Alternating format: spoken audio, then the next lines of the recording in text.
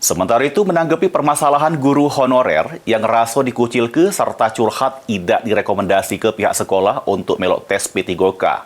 Dinas Pendidikan Sumsel buka suara dengan selit sejumlah syarat yang dipegang oleh guru honorer.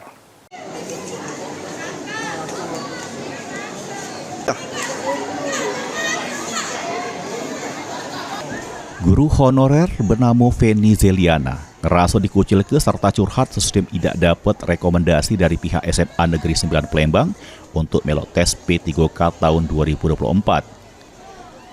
Menanggapi hal tersebut, Dinas Pendidikan Sumsel melalui pengawas jenjang SMA berupaya membantu selik sejumlah persyaratan yang dipegang Feni. Sesudem di cross-check oleh pengawas SMA Dinas Pendidikan Sumsel, ternyata Penny masuk sebagai guru paruh waktu yang ganti ke guru sejarah yang pensiun pada 2022. Sedang ke SK diterbitkan pada setahun sesudemnya.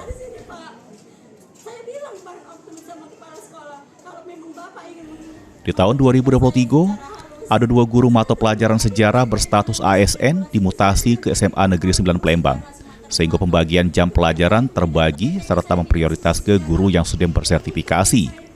Sementara terkait pendaftaran P3K, Penny sudah pernah mendaftar namun ditolak aplikasi pas ngisi database pada Juli sama Agustus 2025.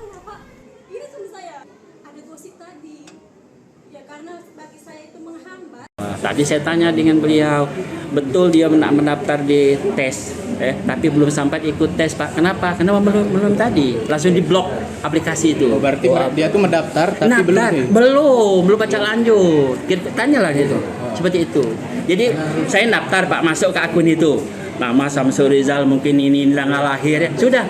Nah, ketika nak lanjut biasanya aplikasi. Nah, ada pertanyaan yang tidak bisa kita buktikan. Mungkin dari sisi ini kan. Nah, sehingga tidak bisa lanjut gitu. Itu hambatannya berarti, Pak? Iya. Untuk permasalahan Feni yang ngerasa dikucil ke pihak sekolah, SMA Negeri 9 Palembang belum menunjuk respon terkait masalah tersebut. Mulyadi, PAL TV.